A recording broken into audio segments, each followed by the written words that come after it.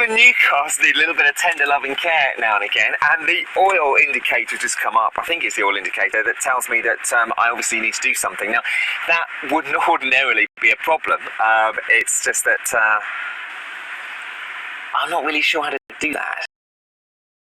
Oil. Oh, carburettor, yeah, it'd be the carburettor, or the flywheel. Short of a car manual in a glove box, I'm now left with two options: to call breakdown services and talk them through the problem. Or I could use a pair of these. Munich-based Mataio is developing this app for the forthcoming Google Glass eyewear. It identifies what's under the hood and explains what needs doing. We're using a phone screen to show you what I can see.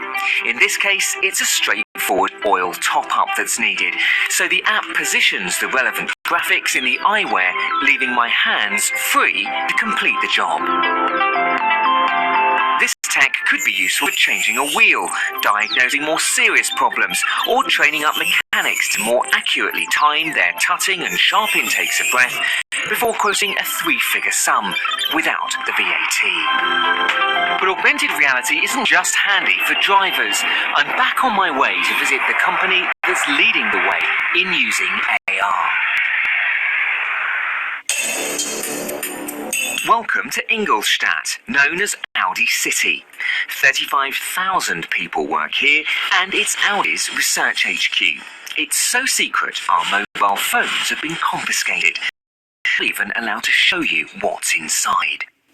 Okay, we can show you a bit. Inside building T32, engineers are using their new toy. They need to know this demonstration model is going to work, not just when they fire it up, but in 5 or 10 years' time. So they're checking that the design plans match exactly what they can see.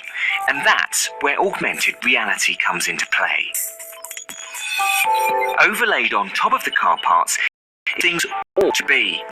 The system relies on 18 cameras to calibrate the position of the whole car in virtual space to within a few millimeters.